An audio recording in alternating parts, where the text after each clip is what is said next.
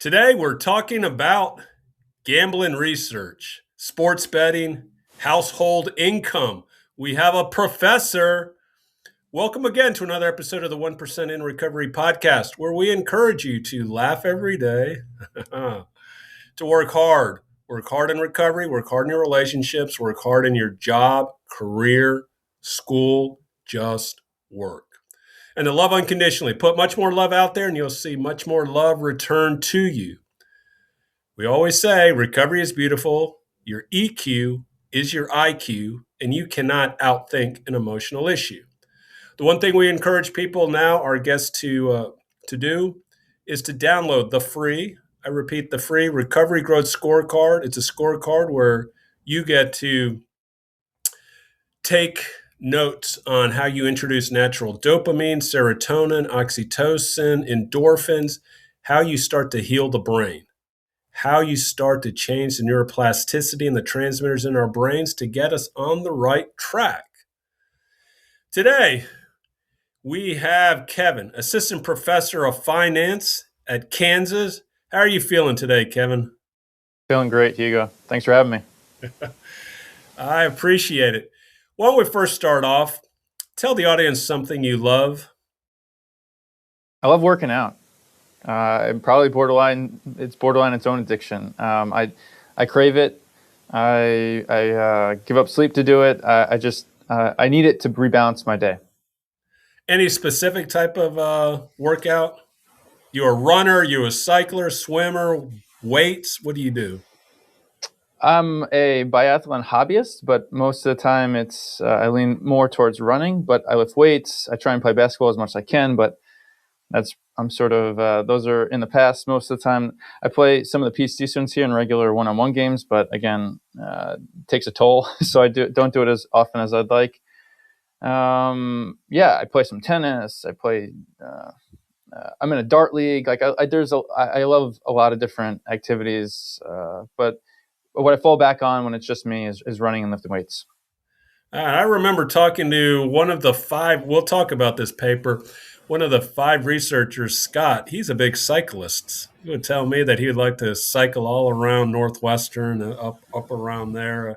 Maybe that's why the five of you got together. There was some type of sports athletic affinity that brought, I don't know the other guys, but I wonder if maybe that's part of the draw, because that is part of the draw. People don't realize sports bettors usually are former athletes, high school, college, because they think they know the game and they think they have an edge. But now we're going to get into your research. We're going to talk. Quick interjection. One of my co-authors, and the one you haven't talked to yet, Justin, is a former college golfer, and he's still a scratch player. So he'd probably be the best athlete on the group. So you got potentially more ground to cover with the rest of the co-author team. So I have a runner, a golfer, a cyclist. Who knows what the other two are doing? One's a mountain climber, like an ice climber. I just saw that thing on Netflix, the guy who scaled the skyscraper free without any ropes, anything in Taiwan. I was like, God, I was in Taipei. I was like, I just watching that was I was losing my stomach. Mm-hmm. But let's get into why you're on the podcast. I always like to try to bring in, if I'm not doing a solo episode talking about recovery and the steps, I like to bring in different interviewees that have a different aspect. You guys wrote, there's five of you guys, and it'll be in the show notes. And you guys will be able to access this, to me, a forthcoming of many, hopefully, if the U.S. Congress could actually allot much more federal dollars. But that'll be one of the questions, is talking about sports betting, because it is exploded since it pretty much started in 2021. And you guys now started looking at sports betting, how it's affecting household income. And you guys have, I think, are on the precipice of something really important for this nation. Because a lot of people, and this will be question one. Now let's start in with question one. Casinos, sports books, love to talk about that they're going to bring in all this extra tax revenue to states, They love to talk about they have a brick and mortar casino that they'll bring in jobs, as though from an economic point of view, that was the only effect of gambling. You guys are now seeing within your research something that it's just not like all positive, that there are negatives. And I always tell people there's going to be more negatives than positives, just like any vice.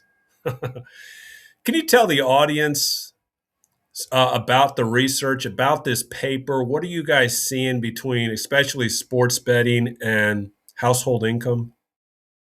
Yeah, you teed it up quite well. I'll start from what we were interested in. We study whether the legalization of online sports betting, so this new thing since 2018, it's not the first time we had sports betting, but online access in states outside of Nevada, whether that affects how households substitute between current consumption and future consumption. So like savings decisions, how they balance what they'd like to consume through time. And that's not an obvious question, because if you give households access to a new type of good, like say a new restaurant opens down the street, you wouldn't necessarily expect that to affect how households save for retirement or for the kids' college tuition in the future. Usually they displace other types of consumption. They change their consumption bundle, but it doesn't affect how much they save and what types of things they're saving in.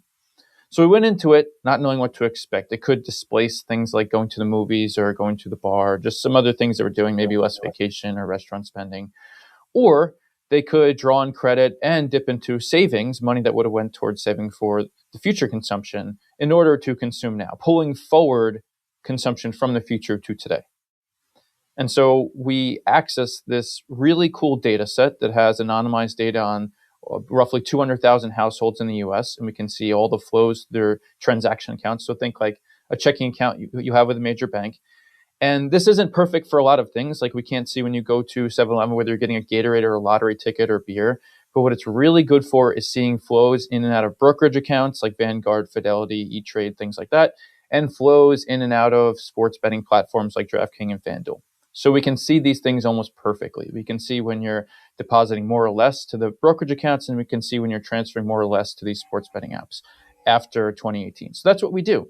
We look at households located in states that get exposed to online sports betting and track how they interact with their brokerage accounts, financial brokerage accounts, and how that relates to how they're interacting with the sports betting platforms. And so with that, we have two main results.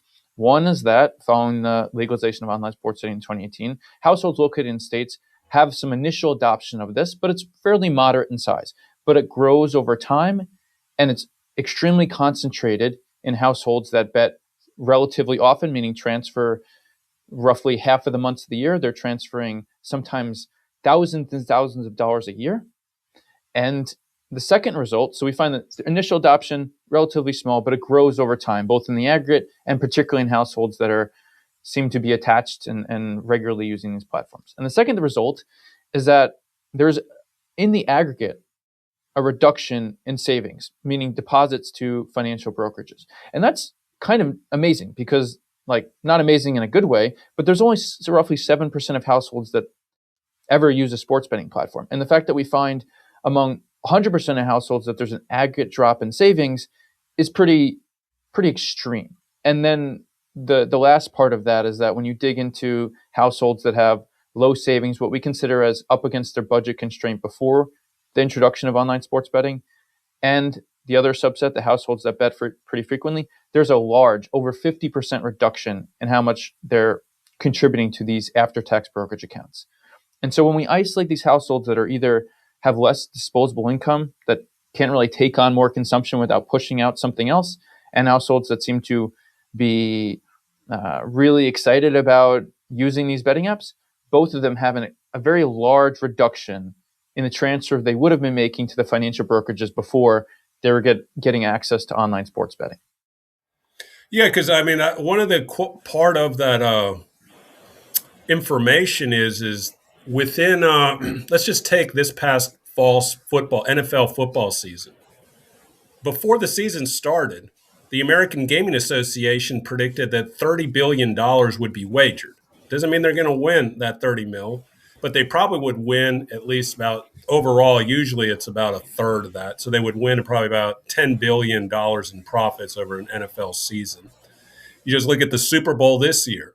It was predicted right before the Super Bowl, $1.7 billion would be wagered. Right now, we're walking into March Madness. You know what that figure is? For the overall March Madness of these 3 weekends, 3.1 billion will be wagered. My whole question is like when they always say follow the money, but where's this money coming from? We when the gambling industry talks about it just should be for fun or for entertainment, there's no way you could ever convince me that even if it was the top 10 wealthiest people in America, that they would have $30 billion as fun money to actually, if I win, I win. If I lose, no big deal. And not realizing how each year, you can probably follow this each year, even the states now that have sports betting, because now, the two biggest states is what everybody's kind of waiting for, Texas and California. Yep. They don't have that sports betting. So your main focus is let's look at Ohio. Let's look at Pennsylvania. Let's look at the originator, New Jersey, and then see how they have steadily increased. And I always say is why are the calls to the hotline for problem gambling increasing every year? Yeah, I don't think that's a puzzle. No, it's not. You don't need to. No offense. You don't need a PhD to realize that. There might be some correlation. But let's jump into question 2. The gambling industry brainwashes, like we were talking. They brainwash everyone to say, "Hey, it's just entertainment. It's fun." Everyone has seen those commercials with Kevin Hart. Put in $5, you get $200. And you're going to kind of like brainwash people. There's going to be plenty of people, especially young adults, males, 18 to 24, do not have a fully formed brain, that will get easily enticed. It will be much more impulsive in their decisions. So if you're kind of struggling, if you're in college, if you were like me at University of Texas, or like you were talking about your days at Delaware, you didn't have all this extra money. If you was a chance to win $200, free, hey, I'm going to gamble for free. But tell everybody about what would you like to tell the gambling industry? Because, people are ending up with a lot of disastrous results. I keep seeing statistics like 20% of federal aid money is now either be used to pay off gambling or to actually have some type of bank account. I mean, there's all kinds of statistics out there, which is going to have dangerous results because more than likely they're going to lose the money, and then they probably have to leave school, and then that just puts you back. I mean, you haven't done studies on the whole thing about like credit score. I mean, there's so many other potential things to study. Is there anything you'd like to tell the gambling industry, especially with this unrelenting advertising, about what they, how they're trying to grow an industry as though it doesn't have some type of economic financial impact? Yeah, you touched on a lot there. One I want to start with is that those 18 to 24-year-old males, those are my students. I teach finance, so it leans not just majority male, it's like 90 to 95% male. So my students are 20 to 21-year-old college student males. And so most of what my advice, and they're probably gambling in class. No doubt, we talk about it. I try, because I'm not gonna preach that they should avoid this at all costs. But I want to inform them, and then that starts with a dialogue about how are they interacting with these things. How are they planning for how to like have some boundaries, some discipline. So a lot of time it comes up a lot in my class, not only because betting markets have some analogies to financial markets, but also because it's part of their lives. It's part of their first exposure to dealing with decision-making under uncertainty and trying to think about risk, and even maybe their first exposure to a fintech app. So I don't avoid those conversations. And it comes up, yeah, a lot of my students are betting. And another part of your point is that back when I was a student, yeah, of course, students just for all of time are like the epitome of high consumption, low income. And so, like, yeah, I didn't have a lot of disposable income, neither students now, but you can play on credit, which is a problem. And so I don't really have a ton to say to the gambling industry other than like enjoy it while it lasts, because most of my thoughts would be directed to policymakers and regulators and the users. Like, of course, it took a long time to find an equilibrium that we were all somewhat satisfied for the cigarette industry or the opioid industry or the alcohol industry. And so you can kind of sneer and admonish people in those that work for those companies, but like we've kind of accepted some type of equilibrium where they're just producing some good that we're okay with tolerating for making available to our adults in our economy. And like you can give them some of the information about the risks, but you like them make their own choices. And we're not quite there yet with the gambling industry because it's so new. We haven't really established those boundaries. We haven't really figured out what the right equilibrium is. There's not pretty much any boundaries on advertising. There's not much boundaries on notifications and these free promotions that you can give. There's a lot of rule tightening that can be enforced about age requirements, income, sophistication. If you could give people some type of test to ensure they understand what parlays and what the odds are and what the spreads are, there's a lot of things that I would put on the sort of mostly on the shoulders of regulators and policymakers to be better about finding what the right equilibrium is for the tax base that's kind of bearing most of the costs here.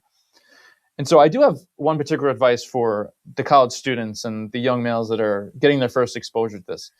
Take a pause. You have probably too much time on your hands that you're betting maybe by yourself at night with access you didn't have when the stuff was only available in certain pockets of the country. Take a beat for a second and try and develop a model. Try and pull data on the games, the historical, the players, the stats. Put together a model. Use AI. There's ways to do this at fairly low cost. It'll introduce yourself to AI, to econometrics, to data analysis, to data management, to data collection, and spend some time just trying to make picks without any stakes. Test your model, do some back testing, try and make predictions for future games, put some funny money in there, just see how it does. And you'll be amazed that you actually care about the outcomes even when there's no money at stake because you're trying to improve your model. And then after a year goes by, if you somehow find a way to beat the book, then maybe we can talk and maybe you should be putting some money behind it. But 95% of them are going to come or more out of that process and learn that like even though they put hours and hours of their time, they're not beating the book. And then that solves a lot of things. You build your human capital in the interim. You get some excitement from trying to predict these games sexually, and you learn that it's not tailored for you to win. And so you're better for a lot of dimensions if you try this. If that's the approach you take when you're first getting started. Yeah, people don't even realize how back when I gambled, it was mainly just bet on the game or bet on the total. It wasn't all these prop betting. It wasn't all this live betting, in-game betting. So there's a lot more chasing. So people aren't going to have like a 20-year gambling career until they kind of hit it. The way gambling is, it's going to be much quicker. To me, 2 to 5 years. I think people are going to, because there's the ability before to you run dry. You're saying, right? Right, because you're going to go through the addiction cycle. You're going to go through the winning phase, the losing phase, and then you're going to hit the desperation phase a lot faster. It's a lot shorter than it was. There was something I saw. You brought something up about parlays, and this is what I was checking. I'd have to double check where this person got it, but you know how the people post things on social media. In 2025, they tracked 41.3 million parlays that missed just one leg of the parlay. Could have been 3, 4, 5, even 10. A potential profit of $8.3 billion. And I'd like to try to tell people is because the gambling industry, the sportsbooks want you to do parlays. Yeah, they do. Because it's going to hit for them at a greater percentage, 78%. And that's what gamblers love to do? They almost get some type of enthusiasm by bragging to their friends that, I had 3 out of 4. I had 4 out of 5 on this parlay. And if that other leg hit, I would have turned my $50 into 1,000, turned my 75 into 2,500, and they would brag and go, but you still lost. Yeah. Might Misery have loves gone 0 company. for 5, 0 for 3. What? Misery loves company. Yeah, it's It fun to does. brag about your bad beats. But I always tell people is like, even if you're losing, gambling is the only addiction, even when you're losing, you have the ability in the middle of some type of disastrous night to win your money back, or people think they're going to win their money back. It's not like if you're 5 drinks in, you think if I drink the 6th drink, I'm all of a sudden going to be sober Right. or just buzzed. No, you're getting further along on your drunk. You're getting further along. You keep smoking the blunt, you're going to get more high. But that's why gambling is very tricky, because at some point you actually believe you can get back. They have that desperation hope.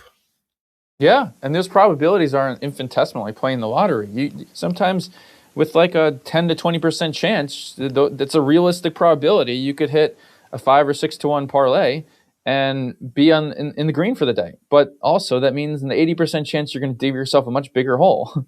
Right. Well, that's what they always say is there's all, and people always say, but you can't win the lottery if you don't play. I go, okay, yes, that is true. You also can't lose money if you never gamble either. And I always say, okay, and this is the National Gambling Association came up with a statistic which has the most impact with, especially college students. This might be of interest, that they just say 99% of gamblers will lose. There's always that 1%, but everyone believes that they could possibly be that because they want to be the 1%. They want to be the Chris Moneymaker guy who wins $8 million on the World Series of Poker. They want to be that guy. But let's just jump into question 3. Question 3 is part of this problem is because the U.S. Congress has refused to actually come up with any laws in terms of gambling, as also with marijuana, and has pushed this all on the states. How is it making it harder? I mean, how much would it be make it easier if the federal government would allot more money into research that you could feel like you could do more studies? Yeah, I can give you a real concrete anecdote here. There's one state in particular, Ohio, that has passed a rule that if you partner with an institution or you work for an institution in Ohio, you get pretty much universal access to all of the betting action that happens on the platforms that are geolocated within the state. But since it's on a state-by-state basis, and as far as we know, it's only Ohio that has that type of access, you have to go through a lot of work. Let's just say work, but also you have to. It's a lot of weird, like box checking in order to try and get that data. If every state had that, then I mean, I could just go to the Kansas regulators and start applying. I could even just like drive and meet them face to face.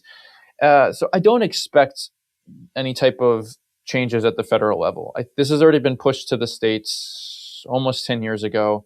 And that seems to be the way in which these things are generally governed in the US. But to answer your question, it would make things a lot easier. And then the second best option would be if states followed sort of the trend in some of the states like Ohio and made their data available for researchers in their state to document and analyze some of these consequences. And some of the things we have some intuition about, that these are affecting people's savings, that people are getting addicted, that it's leading to these loss chasing behavior and it's affecting their households. But some maybe effects we wouldn't have necessarily thought, that there's spillover effects when one household gets addicted, that maybe other households that are like socially connected get addicted, or that if they use the same bank, that the bank sort of will pass some of those costs along to people who aren't sports betting. There's a lot of interesting questions that we could do if we had better access to data.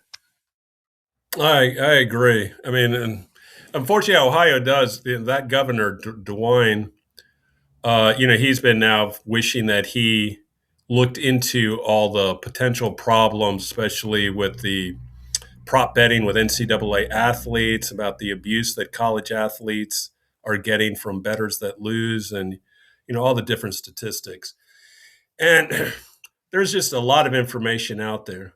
But as we finish up, is there any parting words you'd like to share about I don't know, about research, about anything that you guys found out? Yeah, it very, very quickly. I was at a recent conference that was focused on an industry practitioner audience. So, like people who, financial advisors or wealth managers. And the topic was, how should we think about the intersection of sports betting and financial investment? And my takeaway was, if anyone it comes to thinking about how to view sports betting as an asset class or how to wrap it into their retirement portfolio, the answer to your recommendation. It means they should not be thinking that that is a financial investment or having it in a retirement portfolio. There is 1% or maybe even slightly more that have an edge, that spend their life trying to develop an edge. They're not going to their wealth manager and saying, how much of my portfolio should I put in sports betting? If you have a client, or you come or just talking to somebody at like I don't know, a Christmas party, and they're talking about sports betting as a financial investment, that they shouldn't be talking about sports betting as a financial investment. Correct. Well, I appreciate your time this afternoon, Kevin. And with that, we are going to conclude this episode of the 1% in Recovery podcast.